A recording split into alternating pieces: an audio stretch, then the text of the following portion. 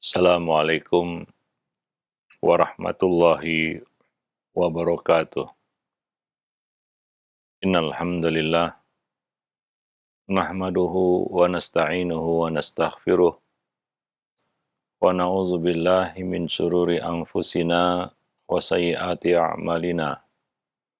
May yahdihillah fala mudhillalah wa may yudlil fala hadiyalah. Asyhadu an la ilaha illallah wahdahu la syarikalah wa asyhadu anna Muhammadan abduhu wa rasuluhu amma ba'du. Fa inna ahsanal kalami kalamullah wa khairal huda huda Rasulillah sallallahu alaihi wasallam wa syarrul umuri muhdasatuha wa kulla muhdasatin bid'ah wa kulla bid'atin dhalalah wa kulla dhalalatin finnar. Ma'asyiral muslimin wal muslimat, para pemerhati roja rahimani wa rahimakumullah. Pertama-tama kita bersyukur kepada Allah Subhanahu wa taala atas segala nikmat yang Allah Subhanahu wa taala berikan kepada kita semua. Salawat beriring salam tidak lupa kita limpahkan untuk Nabi kita Muhammad sallallahu alaihi wasallam, keluarga beliau, sahabat-sahabat beliau, dan siapa saja yang berjalan di atas sunnah beliau sampai hari kemudian. Para pemerhati roja, kaum muslimin dan muslimat, a'azani Allah wa iyyakum jami'an.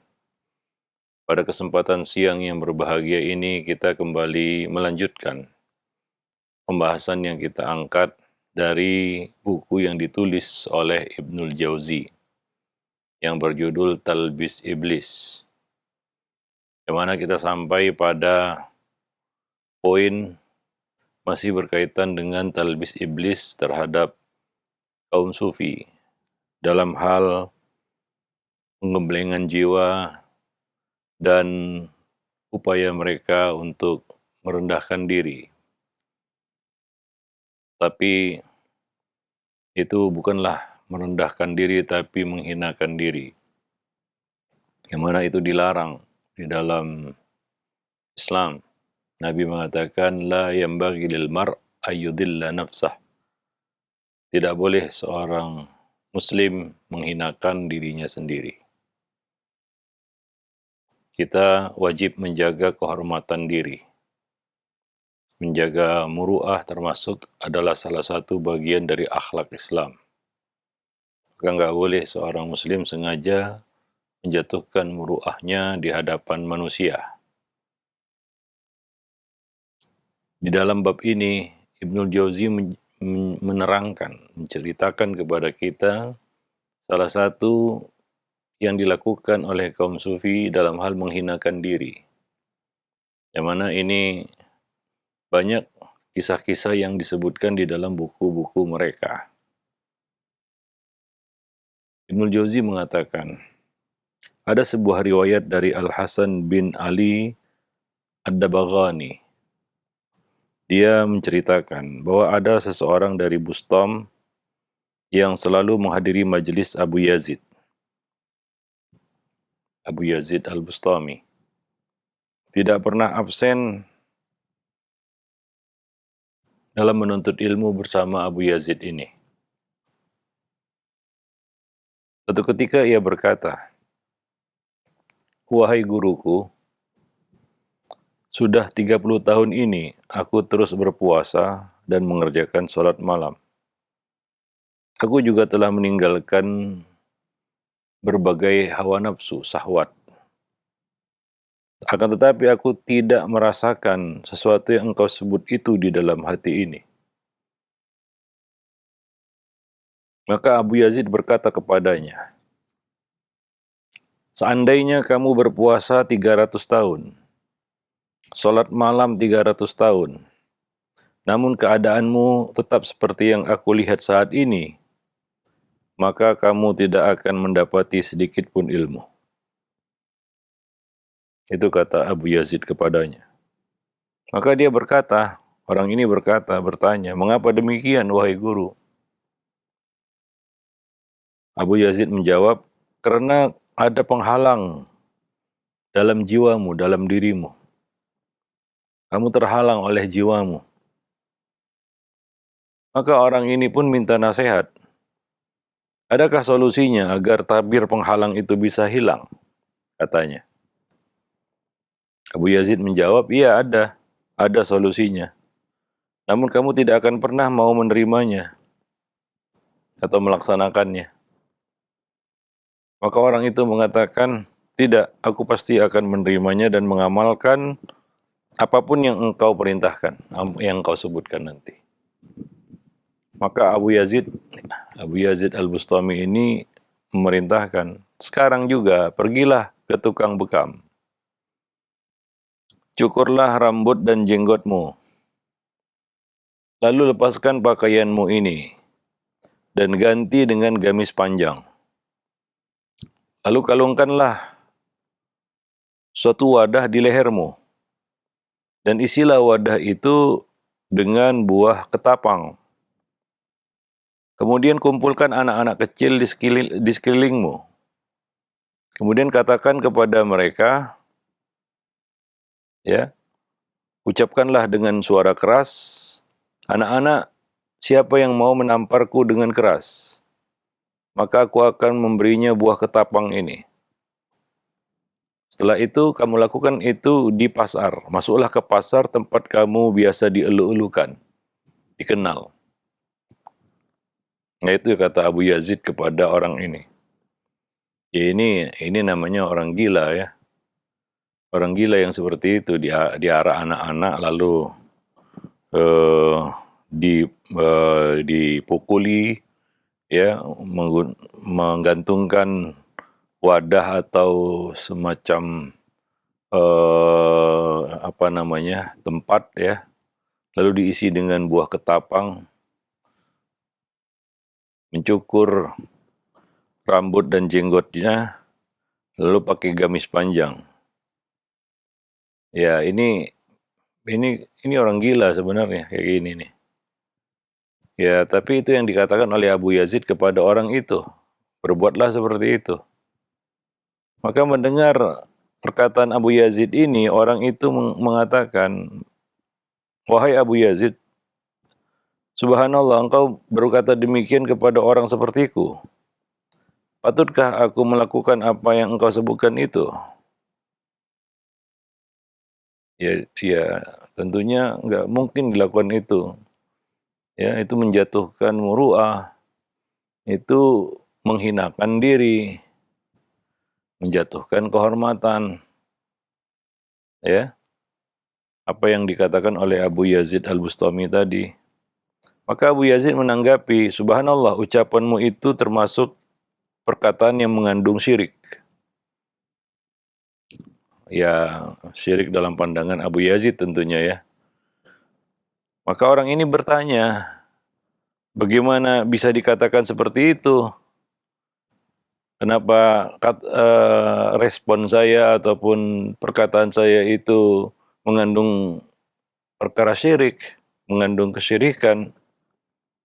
Maka Abu Yazid mengatakan kepadanya, karena kamu mengagungkan jiwamu sehingga kamu memahasucikannya.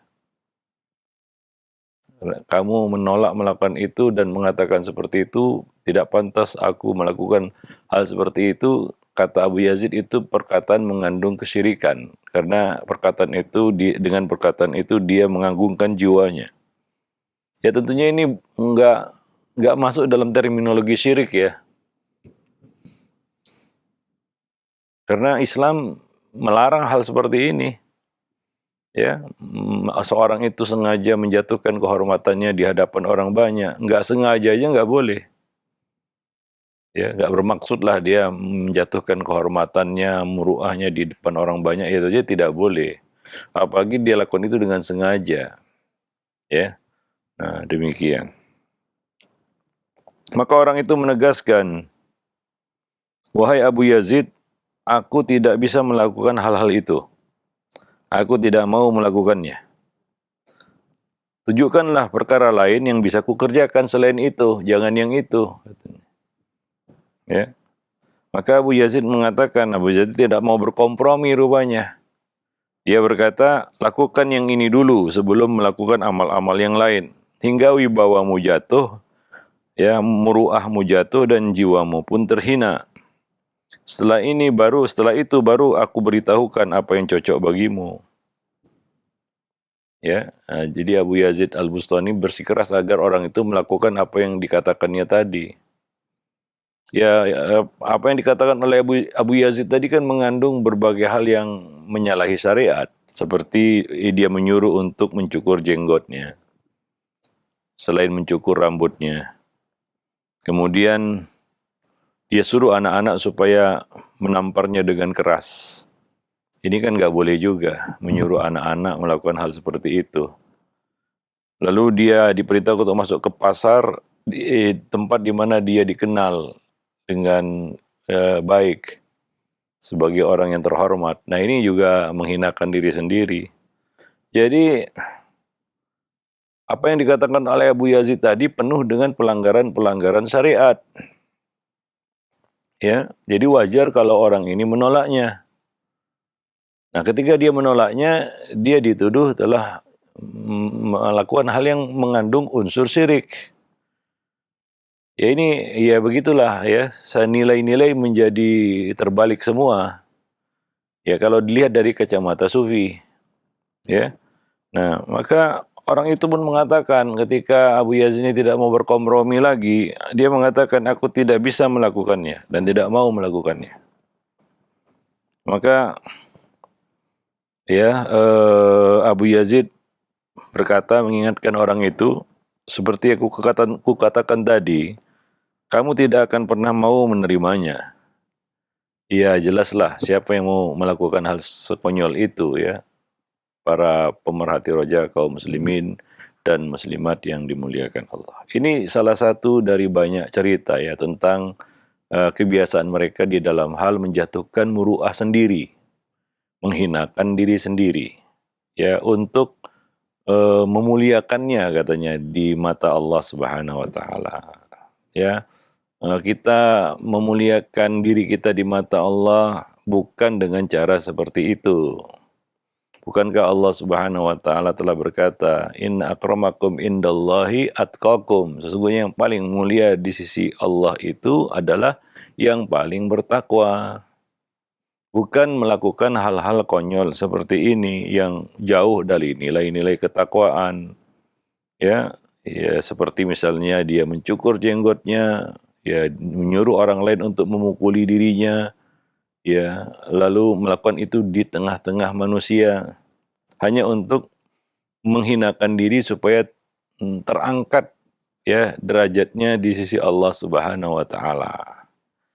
Ini adalah konsep yang keliru ya. Bagaimana kita mendapatkan kedudukan yang mulia di sisi Allah Subhanahu wa taala. Maka Ibnul Jauzi mengatakan, alhamdulillah dalam syariat kita tidak ada aturan seperti itu. Bahkan diharamkan dan dilarang kata beliau. Ya, dilarang, diharamkan dan dilarang.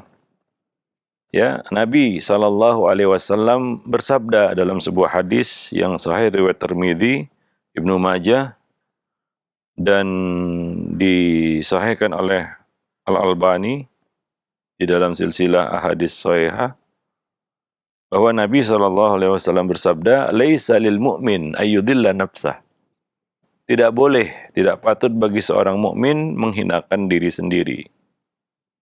Ya, nah ada hadisnya yang melarang melakukan hal-hal yang bisa menjatuhkan kehormatan diri sendiri. Ya, nah seperti yang kita sebutkan tadi, sengaja, tanpa sengaja saja, nggak ada maksud kita menghinakan diri itu nggak boleh. Ya, melakukan hal-hal yang bisa menjatuhkan kehormatan. Apalagi ini memang sengaja merencanakannya. Ya, nah itu jelas terlarang ya di dalam agama. Suatu hari Hudzaifah pernah tertinggal sholat Jumat. Dia melihat orang-orang sudah kembali dari masjid. Maka dia pun segera bersembunyi. Ini dilakukan supaya orang-orang tidak memandang dirinya sebelah mata. Nah, ini terkait dengan kisah dalam konteks ibadah sholat, ya. Itu pernah ada riwayat atau kisah seperti itu, ya. Maka ya mereka menjaga diri, ya tidak sengaja ya melakukan hal-hal yang bisa menimbulkan eh, tanda tanya ya di mata orang banyak atau kontroversi. Ya, kadang-kadang sebagian orang suka melakukan yang aneh-aneh di hadapan banyak orang di luar, di tengah-tengah publik, untuk mencari perhatian. Ya, untuk mencari perhatian orang banyak. Nah, ini juga hal yang dilarang, nggak boleh kita melakukan hal-hal yang ya itu mengandung unsur riya jadinya. Ya, ya maka para salaf dahulu membenci seorang itu sengaja memakai pakaian compang-camping. Lain halnya kalau nggak ada ya, itulah pakaian yang ada dimilikinya. Kalau dia ada pakaian yang bagus, maka hendaklah dia pakai itu ke hadapan publik, ya, di tempat-tempat berkumpulnya kaum muslimin. Ya, maka dari kita diperintahkan untuk ketika mendatangi sholat, Allah mengatakan, khudhu zinatakum inda kulli masjid. Pakailah perhiasanmu, yaitu pakaianmu yang bagus ketika kamu mendatangi masjid, yaitu sholat. Baik itu sholat 5 waktu yang berjamaah di masjid, maupun sholat Jumat, apalagi sholat Id, ya, yang mana kumpulan manusianya lebih besar. Maka janganlah seorang itu tampil yang membuat orang lain mungkin merasa kasihan dan iba begitu ya. Dia pakai pakaian compang-camping gitu ya. Sengaja untuk menarik perhatian orang. Supaya sebagian orang melakukan hal seperti ini mungkin supaya dia terlihat zuhud begitu ya. Nah, ya zuhud bukan seperti itu. Ya, Nabi juga mengatakan Allah suka melihat tanda-tanda nikmat itu pada seorang hamba. Artinya ya kalau dia punya, dia pakai. Ya, untuk hal yang ya kita katakan kebaikan bagi dirinya dan bagi orang lain. Orang-orang pun suka ketika mereka melihat kita penampilannya enak dipandang mata. Daripada dia berpenampilan seperti gembel di depan orang banyak. Ini kan menjadi ujian ya bagi hati manusia. Antara yang lihat kasihan, atau bertanya-tanya ini orang ada apa, ya, atau merasa bersalah begitu ya, atau zon-zon lain, mungkin prasangka buruk begitu ya. Ketika orang itu berpenampilan seperti itu, ya. Nah, namun ya pertengahan ya. Tarafuh juga nggak boleh. Nabi mengatakan iyyakum wat tarafuh. Hati-hati kamu dengan sikap gaya yang berlebih-lebihan. Ya, bermegah-megahan. Ya. Artinya sesuatu yang melewati batas ya, seperti Qarun dengan perhiasannya tampil di depan manusia hanya untuk pamer ya. Bukan, ini bukan pamer, tapi kita berpenampilan yang baik gitu. Jadi ya khairul umuri awsatuha memang. Sebaik-baik urusan itu ya pertengahan. Ya, dari satu sisi ada orang yang tampil glamor ya, berlebih-lebihan itu, tarafuh, bermegah-megahan, bermewah-mewahan. Ya, di sisi yang lain ada orang yang sengaja tampil compang-camping, macam gembel. Ya, supaya orang lain kasihan melihatnya, supaya dia terlihat hina, ya, rendah, direndahkan oleh manusia. Yang satu lagi ingin dipuji dan ditinggikan oleh manusia. Nah, bisa jadi itu masuk dalam kategori pakaian syuhrah. Yang mana Nabi SAW melarang kita mengenakan libasus syuhrah. Yaitu atribut-atribut yang tujuannya untuk memancing perhatian orang. Ya, hingga orang-orang mengalihkan ataupun menunjukkan pandangan mereka kepada kita. Nah, itu tidak dibenarkan. Ya. Nah, maka ya sebaik-baik urusan ya pertengahan. Maka Allah perintahkan kita untuk memakai perhiasan kamu, perhiasanmu ketika mendatangi masjid, ya, inda kulli masjid. Yaitu ketika kita akan berada di tengah-tengah kaum muslimin, misalnya di majelis ilmu, sholat berjamaah, ya, atau ya, tempat-tempat berkumpulnya kaum muslimin, ya. Nah, ada momen-momen di mana kita berkumpul bersama kaum muslimin, ya. Nah, maka tampillah yang dengan penampilan yang baik, ya. Ya, sehingga orang tidak terganggu, ya, pandangan mereka ketika melihat kita. Maka dalam Islam, orang itu mendatangi tempat-tempat publik itu ada aturannya juga. Misalnya kalau datang ke masjid jangan membawa bau yang busuk, ya. Nah, jadi ya misalnya pakaian yang lusuh, kemudian bau keringat, orang pun pusing gitu ya. Ini kan mengganggu, ya. Dan orang akan bersuuzon kepada kita, ya. Nah, maka jagalah penampilan itu. Ya, buat orang lain nyaman ketika kita hadir di tengah-tengah mereka.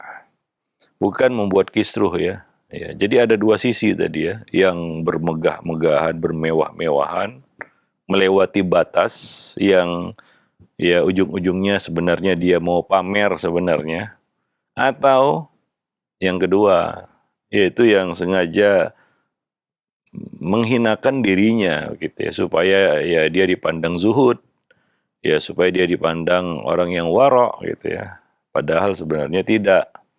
Ya, sebenarnya dia ingin pamer juga, ya, pamer kezuhudannya begitu ya. Dia sebenarnya ingin pamer kezuhudannya juga.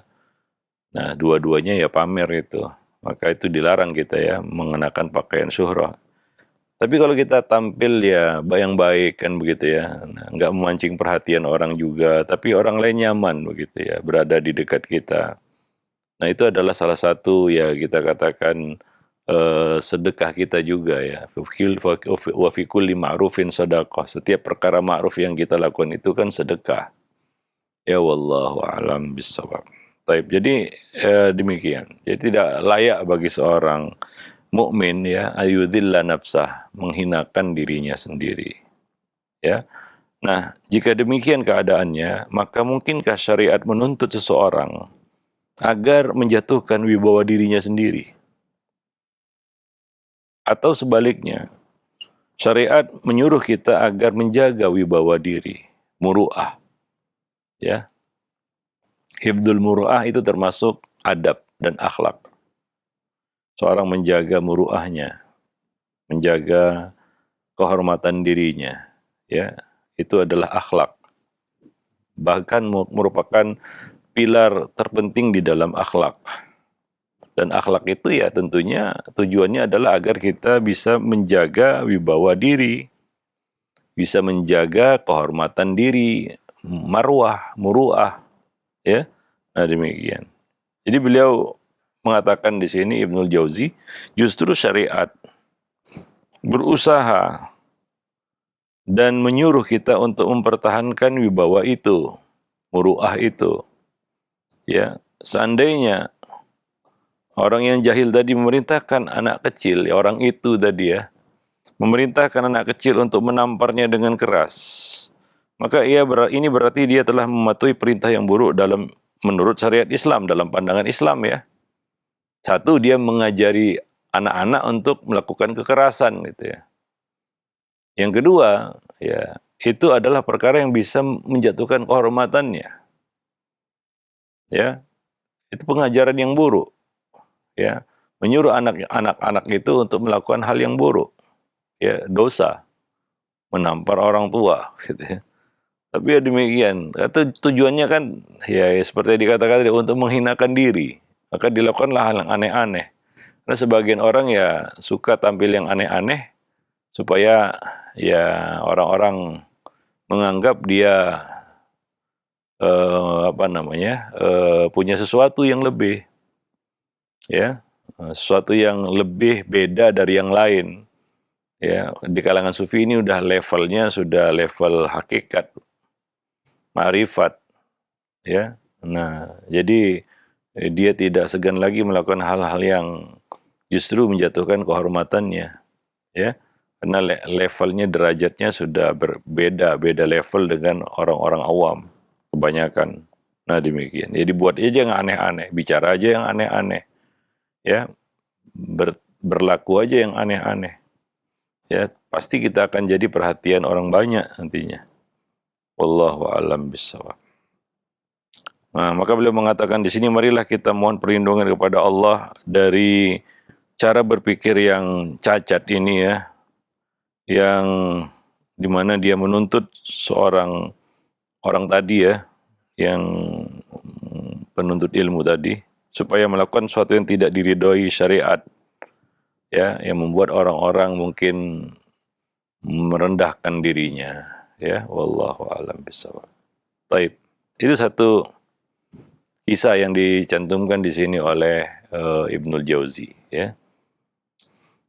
Beliau menyantumkan hal yang berikutnya di sini, ya. Abu Hamid Al-Ghazali meriwayatkan di dalam buku Ihya, Al-Ihya, yaitu Ihya Ulumuddin, dari Yahya bin Mu'az, bahwa dia menceritakan, aku bertanya kepada Abu Yazid Al-Bustami yang tadi, Abu Yazid yang tadi juga, apakah kamu pernah meminta makrifat kepada Allah Subhanahu wa taala? Maka Abu Yazid menjawab, berat baginya memberi makrifat kepada selainnya, selain dirinya, selain Allah. Maka Ibnul Jauzi mengomentari hal ini. Beliau mengatakan, pernyataan Abu Yazid ini termasuk satu kejahilan, kebodohan. Jika yang dimaksud adalah ma'rifatullah secara garis besar, ya, juga bahwasanya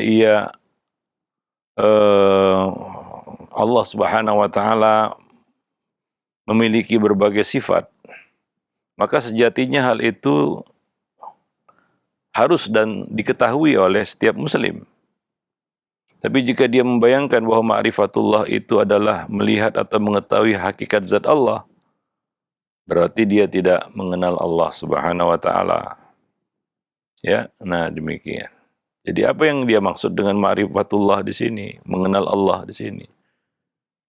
Kalau maksudnya, ya, ma'rifatullah, mengenal Allah itu adalah mengenal sifat-sifat Allah, ya maka memang seorang muslim wajib mengetahui sifat-sifat Allah, ya.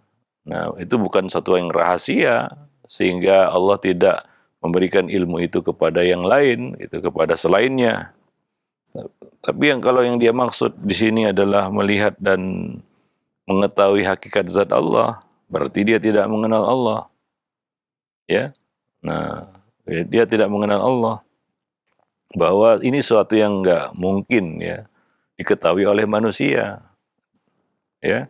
Nah, dan juga tidak mungkin untuk diketahui oleh manusia zat Allah, ya. Maka Nabi mengatakan, tafakkaru fi alaillah wa la tatafakkaru fi dzatillah. Berpikirlah kamu tentang, ya, ciptaan-ciptaan Allah, alaillah, yaitu ciptaan-ciptaan Allah. Jangan kamu berpikir tentang zat Allah, karena tidak akan mampu ditembus oleh akal manusia.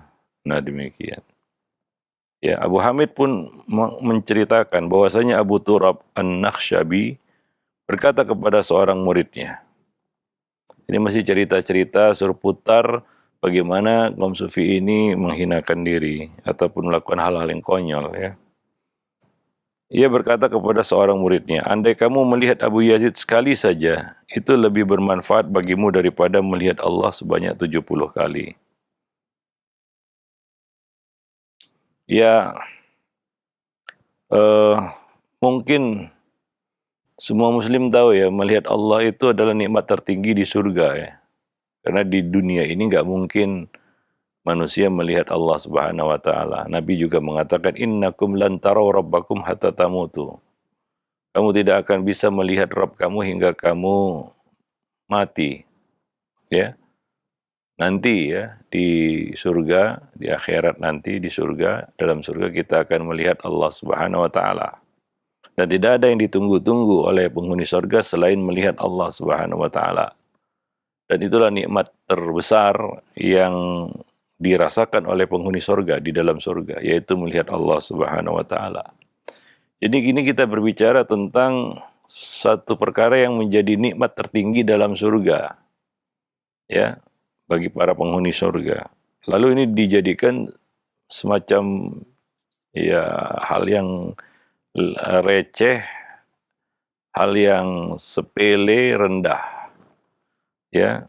Dia merendahkannya dengan mengatakan, andai kamu melihat Abu Yazid sekali saja itu lebih bermanfaat daripada kamu melihat Allah sebanyak 70 kali, katanya. Ya, biasa ya, kita mendapatkan pernyataan konyol dari mereka seperti ini, ya. Aku berkata, yaitu Ibnul Jauzi mengatakan, ini beberapa tingkat di atas status gila. Ya, atau beliau, kata Ibnul Jauzi, ya. Orang yang mengatakan seperti itu, yaitu Abu Turab An-Nakhsyabi tadi, ini adalah beberapa tingkat di atas gila. Bukan gila lagi, udah beberapa level di atas gila. Ya, seperti yang dikatakan oleh Imam Syafi'i, ya, belajar ajaran sufi ini pagi hari, ya, sore sudah, pagi waras, sore sudah, ya, nggak waras lagi, begitu ya. Nah, seperti itu ya. Nah, tapi ya begitulah. Itu dinukil oleh seorang Abu Hamid Al-Ghazali, ya. Ini sebelum Abu Hamid taubat, ya, kembali kepada manhaj yang benar, gitu ya. Seperti itulah dia. Orang sekelas Abu Hamid Al-Ghazali saja jadi terlihat konyol begitu karena menyantumkan kisah seperti ini. Alhamdulillah beliau akhirnya bertaubat, begitu ya. Ya. Abu Hamid Al-Ghazali juga menukil ucapan Ibnul Quraini. Dia mengatakan, aku pernah singgah di satu tempat, dan di tempat itu aku dikenal sebagai orang soleh. Julukan ini tertanam di dalam hatiku, sehingga ia mengusik ketentraman batinku. Suatu hari aku masuk ke tempat pemandian, dan aku melihat sehelai pakaian mewah.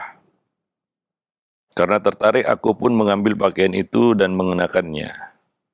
Lantas menutupi dari pandangan orang dengan pakaian tambalan milikku. Ya. Setelah rapi, aku keluar dari tempat pemandian tersebut. Namun baru beberapa langkah berjalan, orang-orang sudah menyusulku. Mereka melepas pakaian tambalanku, ya, pakaian yang bertambal, dan mengambil pakaian mewah itu. Mereka menampariku. Sejak saat itu, aku dikenal sebagai pencuri di pemandian. Akhirnya jiwaku tenang setelah mendapatkan julukan itu. Ya, ini konyol ya sebenarnya. Ya, apakah ya dia sengaja mau mencuri memang ya, dan menutupinya dengan kedok ingin menghinakan diri, ya, atau dia melakukan hal itu ya semata-mata ingin menghinakan dirinya, begitu ya, mengganti julukan orang soleh dengan apa? Dengan seorang pencuri, pencuri ya. Ini kan hal yang nggak masuk akal juga ya. Orang yang sudah dikenal di satu tempat sebagai orang yang soleh, begitu ya, lalu ingin merubah statusnya, begitu ya. Kalau biasanya sekarang ini kan pansos ya biasanya ya, melakukan hal yang ingin menaikkan ya derajat sosialnya, begitu ya, sehingga terlihat lebih ya daripada sebelumnya. Nah, ini kebalikannya ini. Orang ini sebenarnya punya kedudukan yang mulia, tapi dia sengaja melakukan hal yang konyol supaya terpandang hina, begitu ya. Ya, itulah ya yang dikenal di kalangan mereka, begitu ya. Ada satu proses yang mereka lakukan namanya menghinakan diri sendiri supaya naik derajatnya di sisi Allah, begitu ya. Supaya bisa menjaga hatinya, begitu ya. Nah, ini kan tidak masuk akal juga ya. Orang yang sengaja ya merubah statusnya dari orang yang soleh kemudian jadi dikenal sebagai pencuri, gitu ya. Betapa hinanya misalnya seorang itu dikenal orang-orang sebagai pencuri, begitu. Karena memang tindakan yang dilakukannya, bukan fitnah. Ya, itulah yang terjadi di sini ya. Dan itu dinukil oleh Abu Hamid Al-Ghazali ya, dari Ibnul Quraini tadi. Ya, kalau kita dengar tadi kisahnya itu ya, penuturannya itu ini ya banyak hal yang ya jelas merupakan pelanggaran ya secara jelas dalam syariat. Mengambil milik orang tanpa izin itu memang mencuri begitu ya. Kalau dia sengaja melakukan itu tapi bukan ingin memilikinya, tapi ingin menghinakan dirinya, ya sama saja gitu ya. Hukum hudud itu tidak berkaitan dengan apa tujuan kita gitu ya. Misalnya di sini dia mencuri pakaian itu, ya mengambilnya tanpa izin, ya dari pemiliknya, lalu dia ambil itu. Kemudian hakim ataupun jaksa ataupun hakim memutuskan supaya dia dipotong tangannya karena mencuri. Ya. Wasariqu wasariqatu faqta'u aydiyahuma. Pencuri laki-laki dan perempuan potonglah tangan keduanya. Dipotonglah dia, diputuskan oleh hakim. Maka dia tidak bisa beralasan, wahai hakim, saya melakukan ini bukan untuk memilikinya. Saya ingin menghinakan diri sendiri. Itu nggak bisa diterima di hadapan hakim. Ya. Yang mencuri tetap mencuri. Apapun alasan kita, iseng kah, tujuan ini kah, itu kah, ya yang jelas apa yang kita lakukan itu adalah masuk kategori pencurian. Seperti yang dilakukan oleh Ibnul Quraini ini. Dia masuk tempat pemandian, lalu dia lihat ada pakaian mewah, dia tertarik, maka dia mengambil itu. Dan sengaja dia kenakan di dalam, lalu dia tutup di luar dengan pakaian gembelnya, ya pakaian tambalannya. Dan ini kan lebih membuat orang curiga begitu, bahwa dia memang ingin mencuri pakaian itu karena dia pakai itu di dalam gitu. Sementara di luar pakaian gembel gitu ya, pakaian tambalan tadi. Nah, demikian. Ternyata dia lakukan itu katanya di sini ya pengakuannya. Dia untuk merendahkan diri hingga dia ditampari orang, lalu diteriaki orang pencuri ya. Lalu setelah itu dia dikenal dengan sebutan pencuri di tempat pemandian. Anehnya dia berkata, akhirnya jiwaku tenang setelah dapat julukan itu. Ya, artinya sebutan sebagai orang soleh itu bukan suatu tujuan gitu ya. Bahkan itu bisa mengganggu dan bisa membahayakan gitu. Ya, status sebagai orang soleh itu justru membahayakan itu ya. Ya, bukan jadi tujuan itu. Nah, ini jelas satu hal yang bertentangan ya dengan syariat Islam. Anehnya, Abu Hamid mengatakan, Al-Ghazali di sini, seperti itulah yang para sufi lakukan dalam menempa diri dari penyakit hati, hingga Allah melepaskan mereka dari sikap ataupun orientasi terhadap orang lain, dan sikap berorientasi terhadap diri sendiri. Ya, tapi tidak dengan cara seperti itu juga ya. Kan tidak mungkin ya kita ingin memelihara anak yatim, lalu kita bunuh bapaknya. Supaya kita bisa memelihara anak yatim gitu. Ini anak gimana supaya yatim? Oh, bapaknya harus dibunuh dulu ini. Kan nggak seperti itu logikanya. Itu logika yang kacau ya. Nah, seperti itulah mereka sengaja mencuri supaya dipandang rendah gitu ya. Supaya mereka tidak terlihat tinggi hati gitu, atau bangga dengan status yang baik itu, status sebagai orang soleh. Nah, ya jadi yang kita ambil, kita petik pelajaran di sini adalah kadang-kadang orang itu karena tidak punya ilmu melakukan hal-hal yang justru bertentangan dengan logika akal sehat gitu ya. Gak usahlah kita akan bertentangan dengan ilmu, bertentangan dan dengan logika akal sehat, bahkan hal-hal yang kita katakan ya, hal yang normal gitu bagi orang normal ya. Ini udah gak normal lagi. Itulah bahayanya kejahilan ya. Makanya kita perlu mempelajari agama itu dengan benar ya. Supaya kita tidak terombang-ambing, ya bisa saja setan membawa kita kepada perkara-perkara yang konyol seperti ini. Maka Ibnu Jauzi mengatakan ini termasuk salah satu talbis iblis ya terhadap mereka. Wallahu a'lam bishawab. Nah, demikianlah para pemerhati roja kaum muslimin dan muslimat yang dimuliakan Allah. Ya, pertemuan kita di siang ini mudah-mudahan ini menjadi pelajaran bagi kita semua. supaya lebih berhati-hati lagi, dan tuntutlah ilmu, karena itulah yang menjaga kita. Tipu daya iblis pertama adalah mengeluarkan kita dari ilmu, supaya kita bisa diseretnya kepada berbagai hal yang konyol seperti mereka ini, ya. Wallahu a'lam bishawab. Subhanakallah bihamdik, asyhadu an la ilaha illa anta, astaghfiruka wa atubu ilaik. Assalamualaikum warahmatullahi wabarakatuh.